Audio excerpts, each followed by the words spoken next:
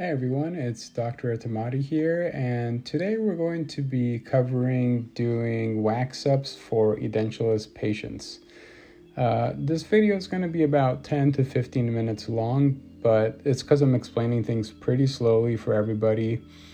Once you get pretty good at these, which shouldn't take too long, then your wax-ups should take anywhere from 3 to 5 minutes with RapidWaxup.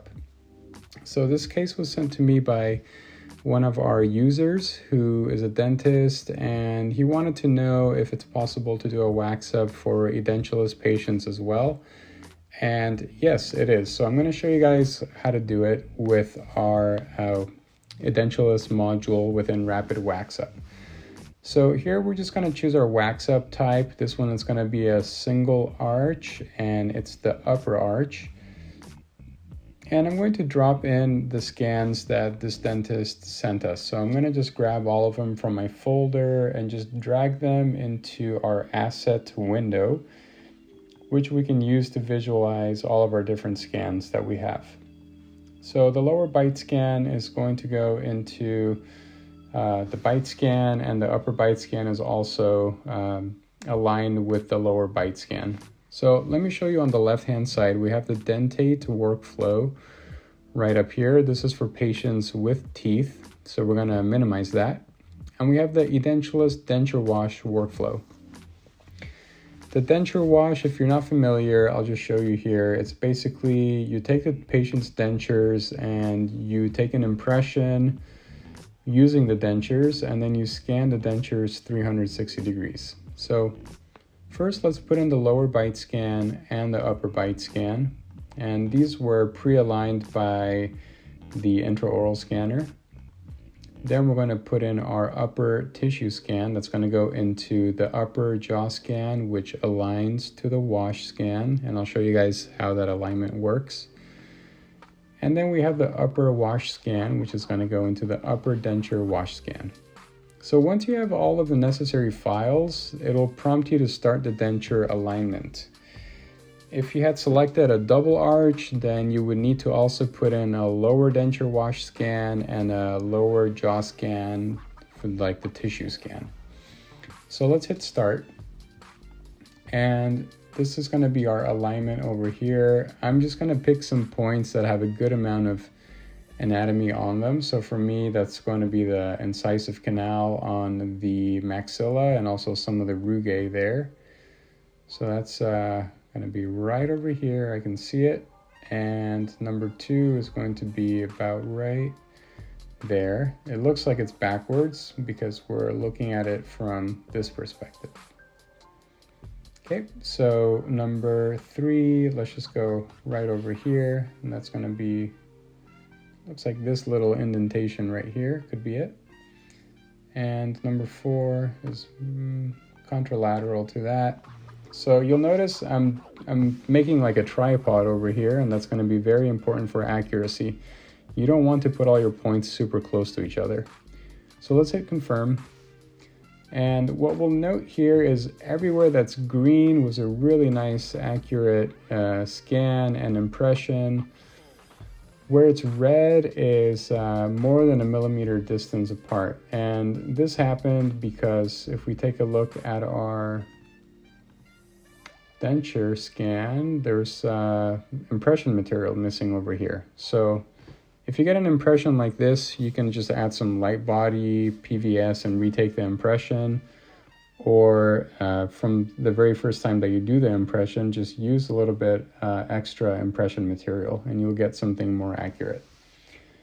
So let's go ahead and hit accept. And now we're going to align the wash scan to the denture in the bite scan. So I'm just selecting my 3 points, hit confirm.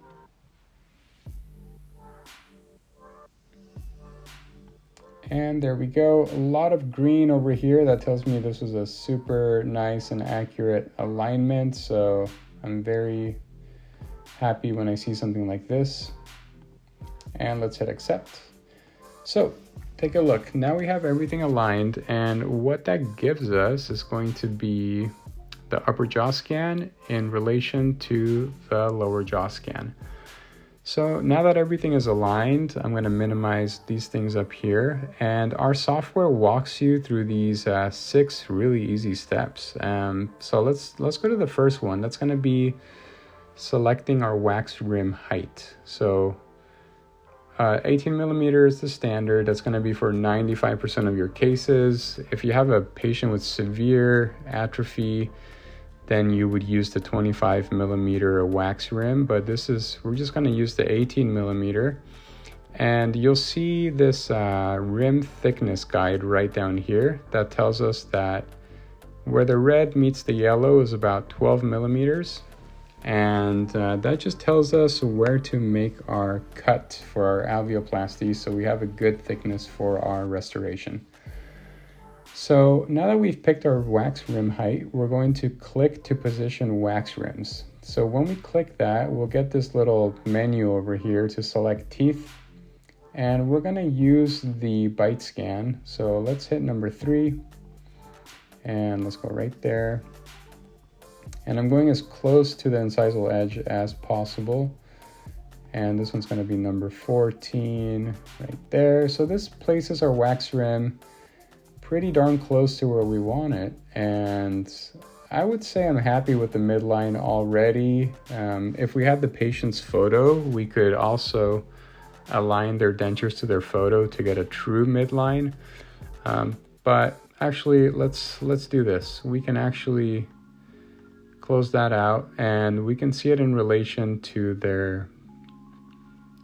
that incisive canal right there. So just going based off of that, maybe I'll just rotate things a little bit this way, and that might be a little closer to the true midline.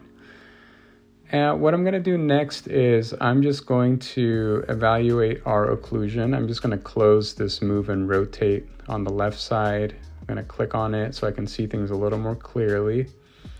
And it looks like our occlusion is going to be pretty good on the left side, but on the right side, it's only covering half of the teeth. And that's because it looks like this bridge that was fabricated is kind of just going off of the alveolar crest right there. Let's hide the lower arch now. I'm just going to click this lower button right here. And looking at things from the overhead perspective, what I see is that our wax rims are a little bit off of the patient's bone. I might want to tuck it in just a little bit more. So we're going to do that by pressing the bend button on the left side. Let's hit bend, and we're just going to bring in the wax rims just a hair like that. And something like that. And let's take a look at the lower again.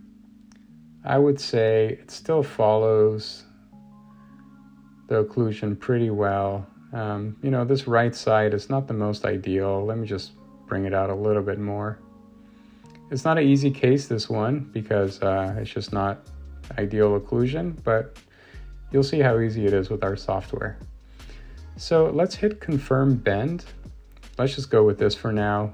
And our next step is going to be to draw our bone reduction plane. So I'm just going to draw the upper plane, and I'm going to go right at this 12 millimeter line or so. I'm just going to assume I'm going to do some alveoplasty in the anterior, and it's going to make the anterior bone flush with the posterior bone. So that looks about right if I'm just looking at that cut right there. And if I hide my wax rim, you can see that plane pretty well. Okay, so now that we have that, we can open our tooth library, and let's choose any of our teeth. We're gonna have 25 plus libraries pretty soon, but for now, let's just hit this one, square tapering, and just gonna open that up. And you'll see right away that our plane cut also cut off that excess wax-up material that we did not need. And I feel like I cut a little bit too much off, because now my wax-up doesn't even meet that tissue up there. So why don't we close this and let's go back to our bone reduction planes, and I'm just going to undo the cut, and why don't we just redo it? I'm just going to hit redraw, and let's go a little bit higher, maybe right about here. And let's take a look now. Okay, I'm very happy with this. Let's just keep that. Let's hit hide planes. I'm going to hide my lower teeth, and now I'm just going to evaluate things from this perspective, and I feel like I'm pretty happy with where everything is. It looks like the teeth follow the bone pretty well, and so let's just keep it as is. So we're done with steps 1 through 5 already. That's 90% of the work. Let's go into box number 6, and this is a really interesting one because it's going to help us to do our occlusion in a very automated manner. So I'm going to hit this button down here, show occlusion, and what I'm going to see is that we definitely have some high spots against the lower arch. So let's take a look at that. And let me show you how easy it is to adjust that. I'm just going to hide the lower again, and we're going to click on automatic occlusion, and I'm going to hit adjust upper and just take a look at what happens. There we go. All of that adjusts while maintaining the anatomy of the tooth. So you don't lose any anatomy, and now your occlusion is pretty much perfect. You're not going to have any high spots there. Let's take a look at the lower arch now. So now the other issue becomes, well, we just don't have any occlusion against the lower teeth, particularly on the left side. So I'll show you how to work around that, and this is another really cool feature. I'm just going to confirm our occlusion here, and we're going to go into the Build Occlusion tab. So go ahead and click on Build Occlusion, and it's going to prompt you up here. It says paint occlusal surfaces on waxup and opposing arch to establish occlusion. Paint the occlusal surfaces only, avoid painting gingiva. All right, so let's hide the lower arch and let's go to the upper arch and let's follow the instructions. All I'm going to do is color the occlusal surfaces like so. And we want to keep this separate so all of the embrasures don't all move together and give us a wonky result. So this looks good. Right there. Perfect. I'm going to hide the upper and I'm going to open the lower. And on the lower, we're not moving the mesh or anything, so I can go ahead and paint all over the place. On the occlusal, I can just keep everything connected. I'm not worried about that. And let's take a look. So now we're going to click on Establish Occlusion on the left side here and check it out. There we have it. So we just built this occlusion. It looks like it added a little bit extra on that canine that I did not want. So what I'm going to do is I'm going to show you guys how to edit that now.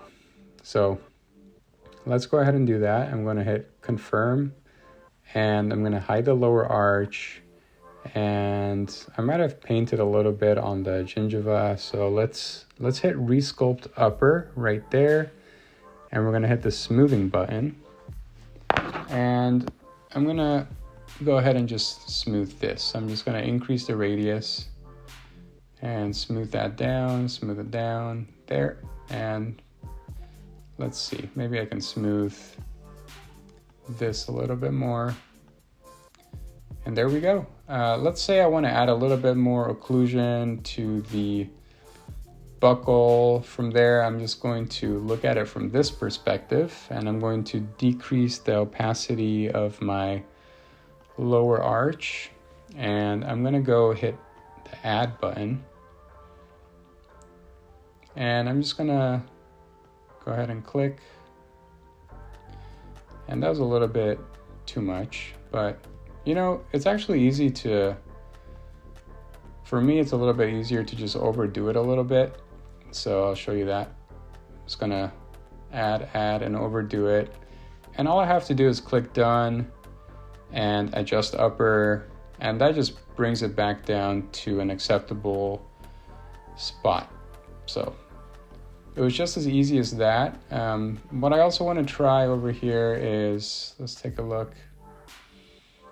This is just really, really far off of the occlusion, but let's see if we can hide the lower arch. And I'm going to use a different tool. This is going to be the resculpt upper, and I'm going to use the push and the pull button, and I'm going to increase the radius, maybe a little bit more, and I'm going to attempt to just move this molar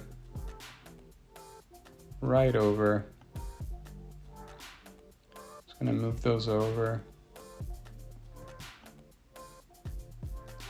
Maybe something like that. And let's take a look at the lower.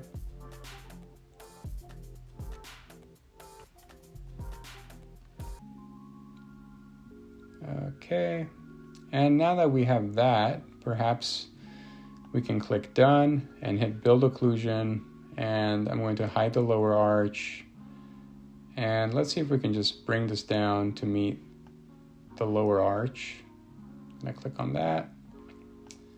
And we're going to also paint the lower arch. And let's take a look at what happens. Okay, nice. So that brought it down for us just a little bit. And let's take a look. Okay, so we've established a little bit of occlusion here. I'll show you guys just, a couple little tips. These are little things that I like to do as a surgeon who does his own prosthetics. These are just like the little quality of life improvements for me. This is just completely optional, but if you guys get something out of this, then that would make me happy. So let's take a look. Some of the other things I'm going to do is I'm going to decrease the opacity of my upper arch a little bit, and I'm going to go back to resculpt upper, and I'm going to do push pull, and I'm just going to pull this inward just like that. I'm going to just keep going like that, just pulling in. There we go.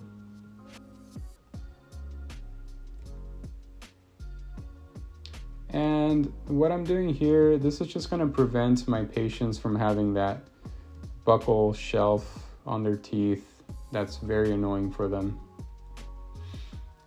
So something like this looks good. There's a little bit here that's hanging off, and I'm a little bit OCD with these things, so I'm just going to tuck that back in as well. Let's see, I just moved the teeth, so let's tuck that back.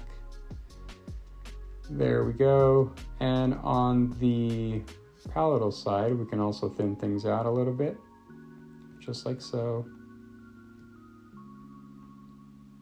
Let's just tuck that in, just so it doesn't feel too bulky for the patient.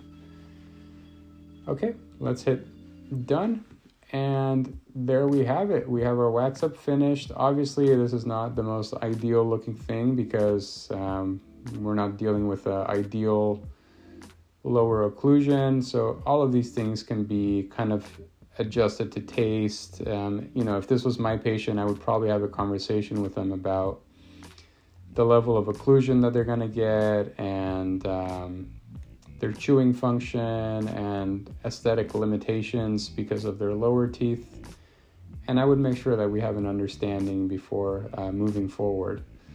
Some other things I'm going to show you just by melting everything back on the top. Looks like this tooth here got a little bit of this mango shape that I don't like. So I'm just going to tuck that in there. We can pull that in there like so. Okay, there we go. I'm just being really picky here, but just wanted to show you guys the capabilities with Rapid Arch. Just hit done. You have a great occlusion over here. This is gonna work out really wonderfully for your surgery. And all you got to do at this point is hit download WaxUp, and it will download the WaxUp in the same alignment as your pre-op jaw scan, and it's going to work perfectly for your rapid arch conversion. Thank you guys for watching, and I hope you got something good out of this today.